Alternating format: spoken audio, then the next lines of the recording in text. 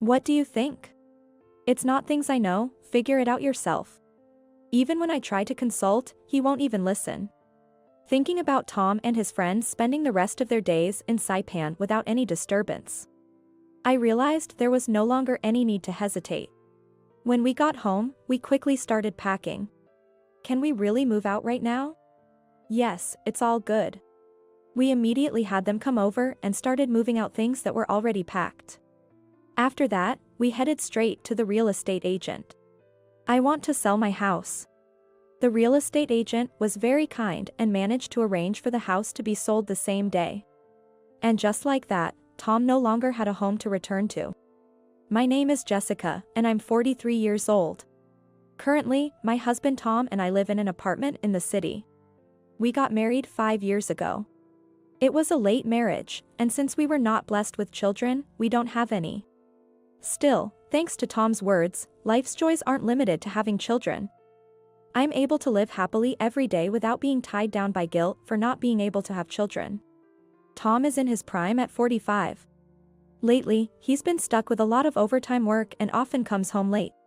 I used to work at the same company as Tom, but I quit when we got married. Tom said, "It's a bit embarrassing to work at the same company as my wife, so I want you to quit your job." Respecting Tom's wishes, I quit my job and have been a full-time housewife ever since. One day, I received a call from my sister-in-law, Mia, who lives in the next town. It was an unexpected call, and she said, "I'm a bit worried about Mom's condition. I can't go check on her right away, can you do it for me?" Mia is a very reliable person, and I have been in her care many times since marrying Tom.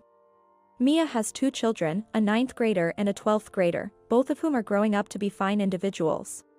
Given how wonderful Mia is, it's no surprise her children are turning out so well. She's someone I deeply respect. So, of course, I rushed to check on my mother-in-law, Kate, the next day at Mia's request. How wonderful Mia can be immediately seen through Kate. I adore her. She's a straightforward person, always logical and holds firm opinions. She can rectify what's wrong and yet takes great care of those around her. I'm truly grateful to have met such a wonderful mother-in-law and sister-in-law through my marriage to Tom. I was shocked when I entered my in-laws' house. It was cluttered to the point there was no place to step, with trash everywhere, almost like a garbage house. This was odd because Kate is usually very tidy. In the midst of the clutter, Kate was idly sitting around, doing nothing. I called out, "Kate?" Slowly turning to me, she stood up and said, "Who might you be?" Then, looking at Tom who came with me, she said, "Ah, Tom, welcome." We were stunned. Shocked by the drastic change in Kate, we hurriedly made a doctor's appointment for the next day and had her examined. After undergoing various tests for days, the results came in. She had dementia. And it was severe enough to require care. We called Mia to the in-laws' house for a discussion. Needing care meant someone had to look after Kate at the in-laws' house indefinitely. Mia said, "Thank you, Jessica. I'll take it from here," but surprisingly, Tom objected. "No, Mia, it's tough for you since you live far and moving here would be hard on the kids." Indeed, since Mia lives in the next town, it would mean her younger child would have to transfer schools. "We'll move back here and take care of Mom." "That's okay, with you, right, Jessica?" I was surprised. I never thought Tom was such a responsible person. Moved by Tom's sentiment, I firmly agreed, of course. After all, it's for my beloved Kate. And so began my days of caring for Kate. Moving to the in-laws, our daily life with Kate started. While managing the house, I took care of all Kate's needs. Since she would try to wander off if not watched, I had to keep an eye on her at all times. Whether doing laundry, cleaning, or cooking, I was always watching over her. But then, I noticed the loneliness in her expressions. I wondered if she was really happy with such a life. Even with dementia, there must be moments of joy and happiness. Just being watched and having to sit still all the time couldn't possibly be enjoyable. So, I tried asking, "Kate, would you help me hang the laundry?" She brightened up and eagerly helped, saying, "Of course, I'd love to." Despite her struggles with dexterity, what mattered was her enjoyment in the task. This was indeed the right approach, and I was pleased. From then on, whether cooking or cleaning, I involved her instead of just watching over her. Thanks to this, she seemed to have become more comfortable with moving around. On sunny days, I'd suggest, the weather is nice today. How about we eat lunch in the park? Kate would agree, that sounds lovely, and we would enjoy our meals outdoors together. I never found this life burdensome. Mia always handled the hospital visits, and her 2 kids frequently came to see their grandmother. Amidst all this, there was someone completely uncooperative. That person was Tom.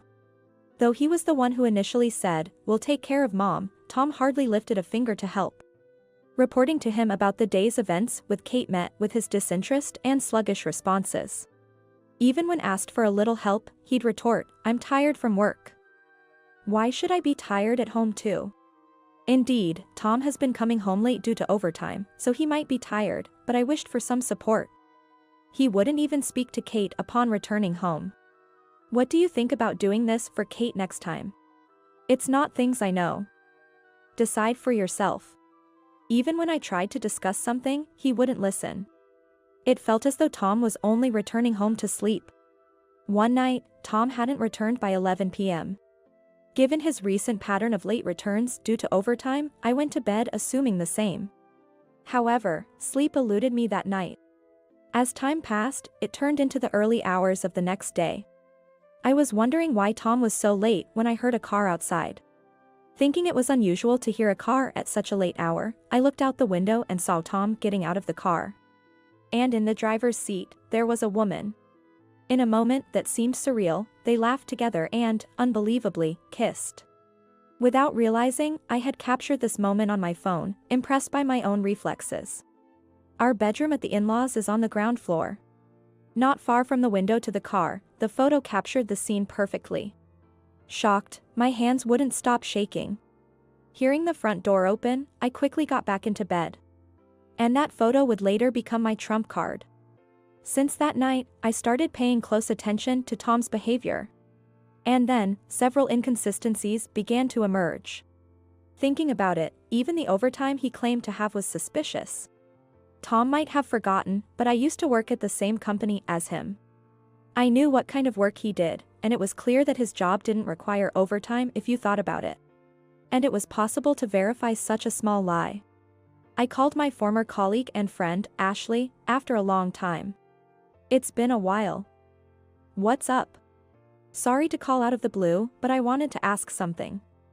How's Tom's department doing? Are they really busy? Tom's? No, I was assigned to the same department as Tom just last month. But it's really slow. I feel bad for getting paid for this. Just as I thought. There's no way he could be doing overtime in such a slow situation. That means Tom must be spending those evenings he claimed to be working late with his affair partner. My suspicion turned into conviction. One morning, Tom was about to leave for work with a large bag in his hand. I found it suspicious and asked, "What's with that big bag?" Tom, visibly flustered, said, "I suddenly have to go on a week-long business trip. Take care of things while I'm gone." A whole week? Where to? I need to check at the office. I'm not sure yet. Anyway, I'm off. And he hurried out. I sent a message to Ashley. Is anyone scheduled for a business trip today? I haven't checked, but there shouldn't be. We haven't had any big projects come in recently. Just as I thought. So, he's planning to be away for a week to meet his affair partner. Then, Jessica, Kate called out my name. She showed me a piece of paper. It had Tom's handwriting, with what seemed to be the name and phone number of a hotel, along with today's and tomorrow's dates and a room number. This fell out of Tom's pocket when I was doing his laundry the other day. I should have given it to you sooner. I'm sorry, Jessica. For Tom's behavior. So, Kate, you knew about Tom too? Jessica, we can't just let this slide. Tom needs to face the consequences of his actions. We don't have time to mope around. Kate's words were as if she was back to her old self before the dementia. Seeing her so determined filled me with resolve. Yes. I will never forgive him. First, with Kate's approval, we decided to call Mia. As soon as Mia arrived, she apologized, "Jessica, I'm so sorry. Tom has done something really stupid." I reassured Mia that there was no need for her to apologize, and the three of us began to plan our next steps. We checked the note and confirmed the location of the hotel. Tom would be staying there for the next 2 days. What to do next was the question. The next day, we decided to drive to the hotel in Mia's car. Arriving at a hotel close to the airport, we spotted a familiar car in the parking lot. I checked the photo on my phone. Of course, it was the photo from the night Tom was kissing that woman. It was the same car from that photo. After a while, a familiar man emerged from the hotel. It was indeed Tom. We hid in the shadow of the car to avoid being seen. Soon after, a woman came out and cozied up to Tom, linking arms with him. As I captured this scene with my camera, I witnessed something unbelievable. Both Kate and Mia were left speechless. There was a little boy, about 1 year old, with them. He happily held Tom's hand, and the three of them walked away cheerfully together. To anyone passing by, they would look like nothing but a happy, close-knit family. And here I was, his real wife, taking photos of this scene. I felt pathetic, but this was no time for such thoughts. The trio headed straight to the airport. They left their car at the hotel. Upon reaching the airport, they spent some time there, laughing and enjoying themselves before disappearing into the boarding area. Looking at their destination, it was Saipan. Thinking about Tom, the woman, and the boy spending the rest of their days in Saipan without any disturbance, I realized there was no longer any need to hesitate. When we got home, we immediately started sorting through our belongings and began packing quickly, then called the removal workers. "Is it possible to move out right now?" "Yes, that's perfectly fine." They came promptly and helped us pack. As items were packed, they were moved out and temporarily stored at Mia's place. After that, we headed straight to the real estate agent. "I want to sell my house." The staff at the real estate agency were very kind and arranged for the sale to be processed the same day. With this, Tom no longer had a home to return to. Just thinking about it made me feel exhilarated. Afterward, Kate and I booked a room in a nearby business hotel, where we would stay for a while. Tom indeed once told me, life's joys aren't limited to having children. But did he actually want children? Did he have an affair and have a child because we couldn't have one together? Only he knows the truth, but as Kate said, I can't just let this go without doing anything. I will never forgive him. 7 days later, Tom called my phone. "Hey, where are you? I can't open the door and get in." "That makes sense. Because I sold that house." "What are you talking about?" "Hope you enjoyed your 5 nights and 6 days trip to Saipan. Was it fun with your family of 3? I hope it made for some good memories." Well, I could tell Tom was frozen on the other end of the line. I continued. "You no longer have a home here. We've moved out and sold the place. You should go back to the woman and your child." "Wait, it's not like that, it's a misunderstanding. That child isn't mine, it's..." Fed up with his excuses, I unleashed all my anger. "Don't mess with me. Enough with the mocking, alright? You think excuses are going to fly now? I never want to see a scumbag like you ever again."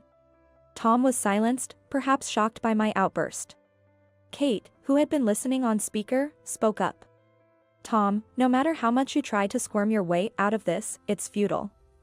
We have all the evidence, and this call is being monitored by a lawyer.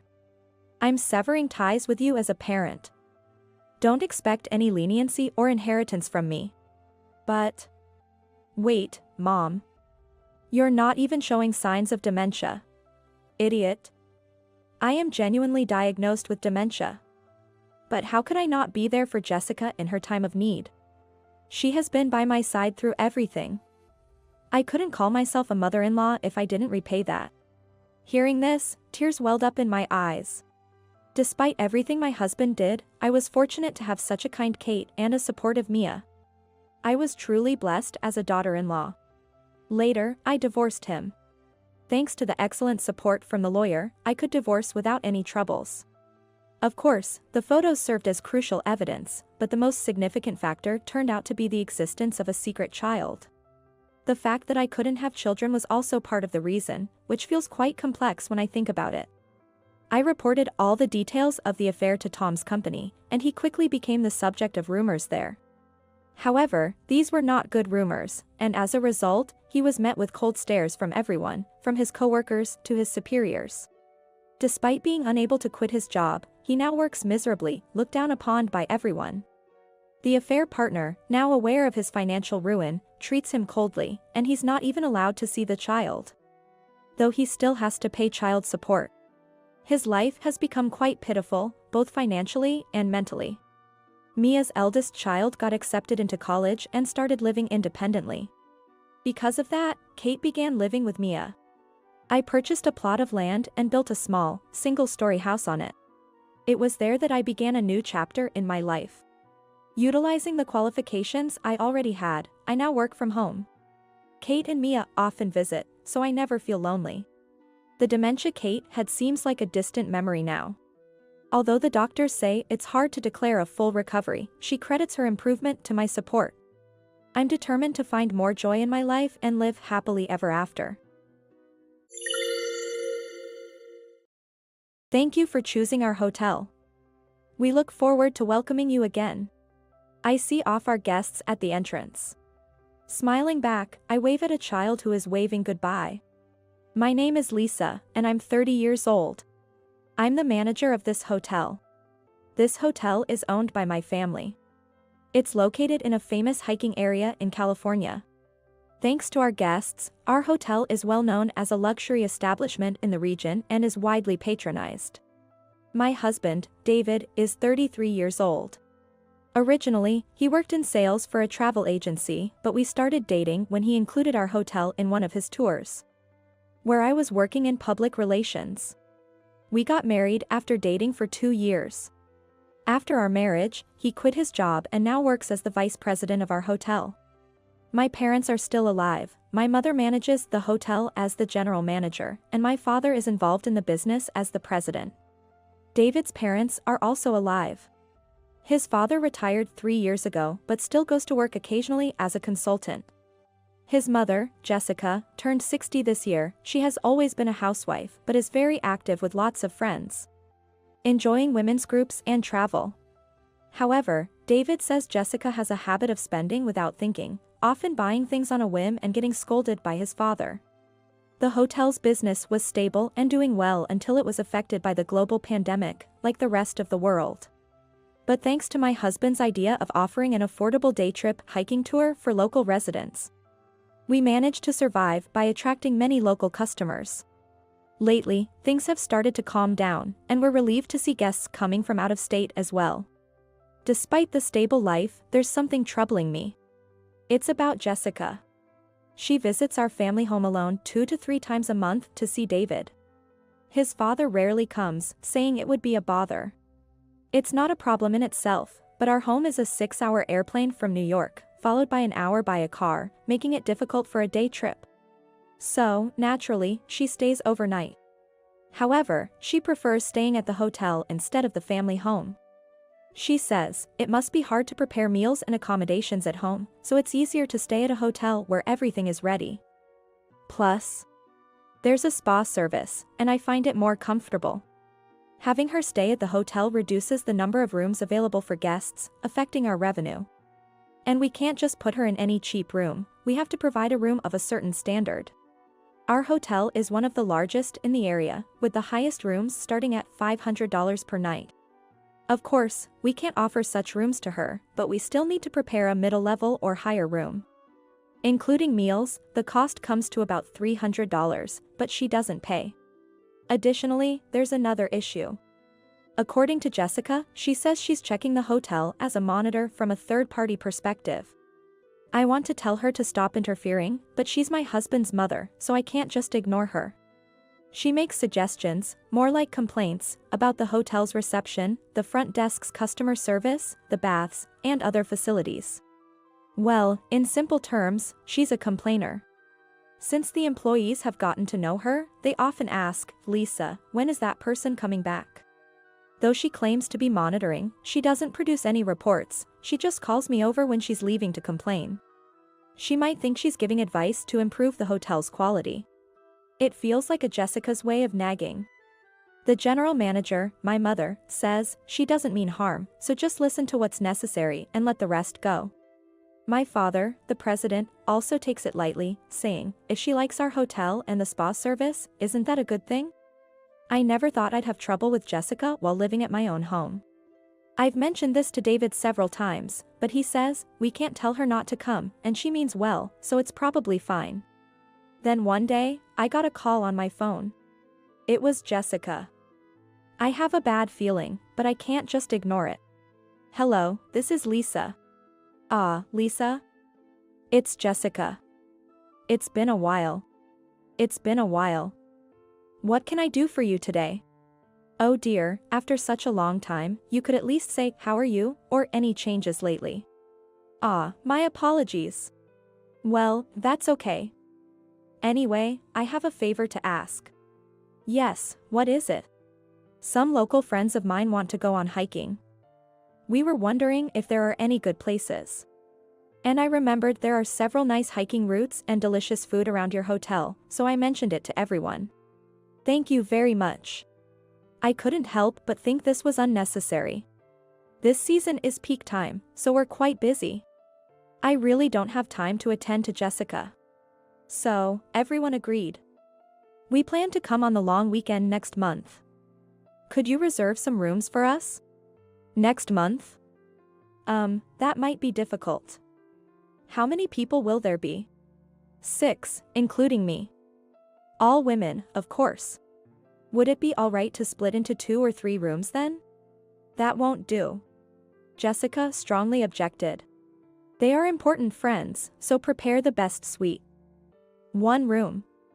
That's my request. Our highest suite includes a living room and 4 bedrooms. It's possible for 6 people, but 2 would have to sleep on sofa beds. No, sofa beds are too hard. Add 2 more beds, please. That's impossible. We can't fit more beds in the room. That won't do. They're important friends, so provide the best hospitality. It's my treat, so if it's subpar, I'll be embarrassed, understand? A treat from Jessica? Does that mean she expects it to be free? That's impossible. The room arrangement is settled then. Now, about the food. Prepare the best dishes. Got it? Alright, I'm counting on you. Oh. And tell David to pick us up at the airport. After the call ended, I sighed deeply. Really, what is she thinking? Reluctantly, I proceeded with the arrangements as instructed. And so, Jessica and her group were to visit our hotel on their group trip. She implied that everything should be free. I discussed this challenging situation with my husband, the vice president. He said, that's outrageous. My mother has never worked, so she probably doesn't understand how hard it is to earn money. I'll talk this over with my dad, so leave it to me. Feeling anxious, I decided to trust my husband, who seemed to have a plan. On the day, as promised, my husband went to pick up Jessica and her group from the airport. Soon after the car returned, I greeted Jessica as she got out.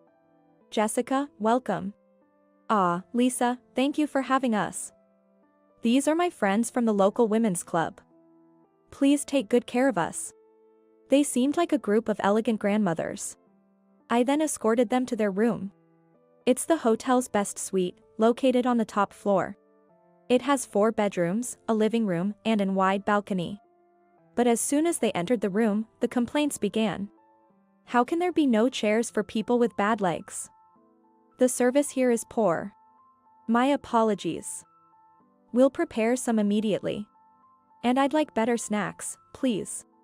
Yes, I'm sorry. We'll bring different snacks right away. Although the other ladies tried to calm her down, Jessica's criticisms didn't stop. Reluctantly, I instructed the responsible employee to accommodate her requests. The group then headed to hiking. There, I was called again because the wash basin in the changing room was dirty. In my opinion, it seemed like she was being extra strict in front of her friends, trying to show off. And then it was time for dinner. As requested, I brought dishes made with high-end ingredients to the room and took on the role of server myself. The dishes were generally well received. However, Jessica didn't change her ways and complained about various things, such as the meat being too thick to eat, the batter on the fried food being too thick, and the next dish coming out too quickly. Furthermore, she started saying things like, "Are you reducing the portions because you think we're old?" and demanded additional dishes. Jessica stirred up everyone, saying, "Since this is my daughter-in-law's family home, she'll cover all the expenses. So don't hold back on ordering." Then, she ordered luxurious items like crab and abalone. And there were additional orders for premium wines. Honestly, the bill amounted to quite a lot. The elderly ladies ate heartily, leaving almost nothing unfinished from their dinner. Then, she demanded they reserve the spa service for their private use to relax later. When I said that it was impossible, she retorted, "What kind of manager can't meet the guests' requests?" After consulting with my mother, she suggested that we could possibly make an exception to reserve the spa exclusively for them the following morning. When I conveyed this to them, they thankfully agreed. Then, there were even more orders for late-night snacks and drinks before bed. Truly, these are some lively grandmothers. Even when it came to sleeping arrangements, we carried beds to the room as requested. Since moving large beds was impractical, we prepared extra beds, but this too was met with complaints. She was furious, exclaiming, "I can't sleep in a bed like this." At a loss for what to do, another guest kindly intervened, saying that was sufficient, and somehow the situation was diffused. After a day that felt like a storm, I was finally freed. I expressed my gratitude to the employee in charge for their hard work and considering the extra trouble they went through. I gave them a special bonus. I returned home completely exhausted. After finishing the preparations for the next day, I didn't get into bed until after midnight. The following day, they reserved the spa service exclusively, and the group enjoyed it in the morning. Normally it's cleaning time, but I managed to adjust the schedule by asking the staff. The whims of one person caused inconvenience to many. Then, my husband said he was going to pick someone up and headed to the airport by car. They finished breakfast without any particular complaints. Well, there were some minor complaints about the coffee being too lukewarm and the soup being too salty. After serving breakfast, I went back to the front desk to prepare for the guests' checkout. That's when I saw the total bill for Jessica's group exceeded $5,000. Soon, the group appeared. I stopped Jessica, who was about to leave after returning her key to the front desk, and asked her to settle the bill. The total comes to $5,000. Will you be paying in cash or by card? Then, Jessica exclaimed, "Huh? Are you serious about taking money from your husband's mother? You must be joking. Are you really planning to charge your own family? How greedy can you be?" I explained, "This is a business, and we've provided services worth the amount. We can't afford not to charge for such a significant sum." Jessica, with her face turning red, said, "This is hospitality for your husband's mother, you wouldn't charge me, right? Would I ask for money when you come to my house? It's the same thing, isn't it? What flawed logic?" "No, that's different. We understood this to be a group trip utilizing our hotel services. This is a business transaction, separate from family matters, so we kindly ask for the payment." Well, I'm appalled. Such rudeness from a daughter-in-law. It's disrespectful to me and especially to my friends. At that moment, a familiar figure intervened in our dispute. "What's all this commotion?" I apologized for the inconvenience.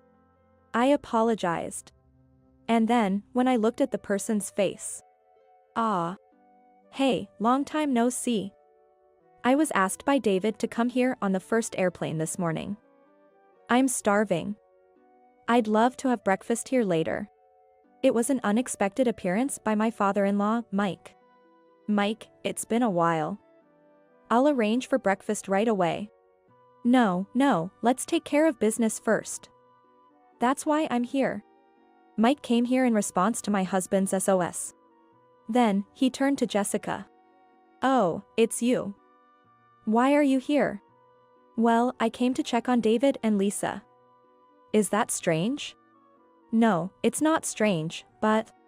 there's something I want to ask. What might that be?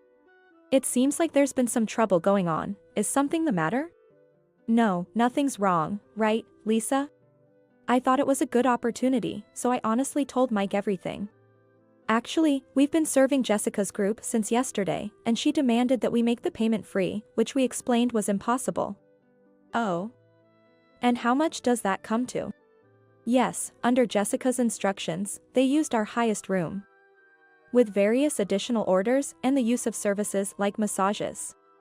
The total came to about $5,000. I see. And she wanted that for free. Yes, that's the situation. After hearing the situation, Mike pressed Jessica, is what Lisa says true? Yes. Jessica was at a loss for words. I've heard from David that you always avoid paying when you come here. Is that true? Well, about that, I've been acting as a consultant and giving them advice, so in return, they let me stay for free. At this point, Mike's expression changed. Enough is enough. I know all about it. Yes. Jessica's face tensed up and turned pale. I heard you've been coming to this hotel for free under the pretext of visiting David and causing trouble for Lisa. Isn't that right? I'm sorry. I got a bit carried away. Do you know that every time you skipped out on paying for this hotel, David ended up covering the bill? What? I've come to discuss something.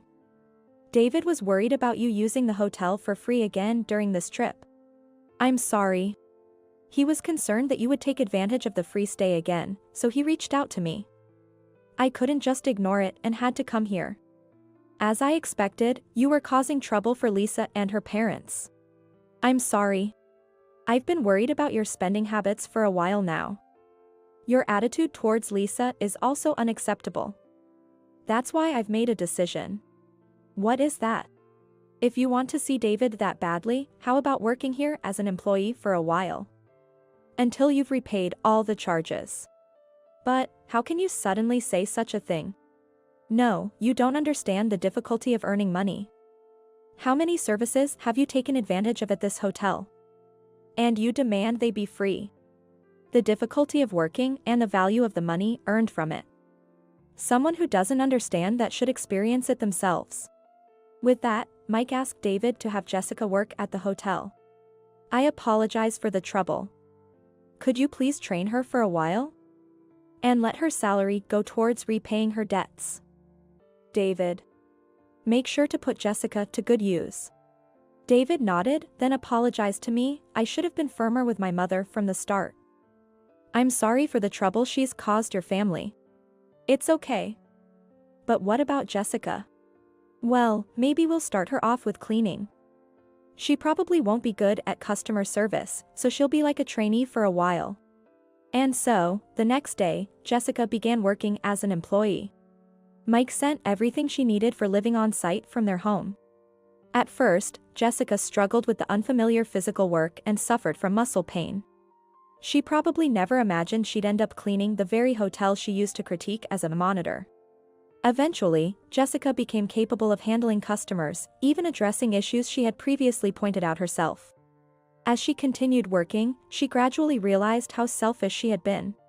Jessica became much more subdued and stopped harassing me. It might have been a bit of tough love, but it seems to have been good medicine. Mike's plan was a great success. Although my job is challenging, seeing the smiles on our guests' faces makes all the fatigue vanish, and it brings me joy. I intend to keep working hard to earn the smiles and thank yous from our customers.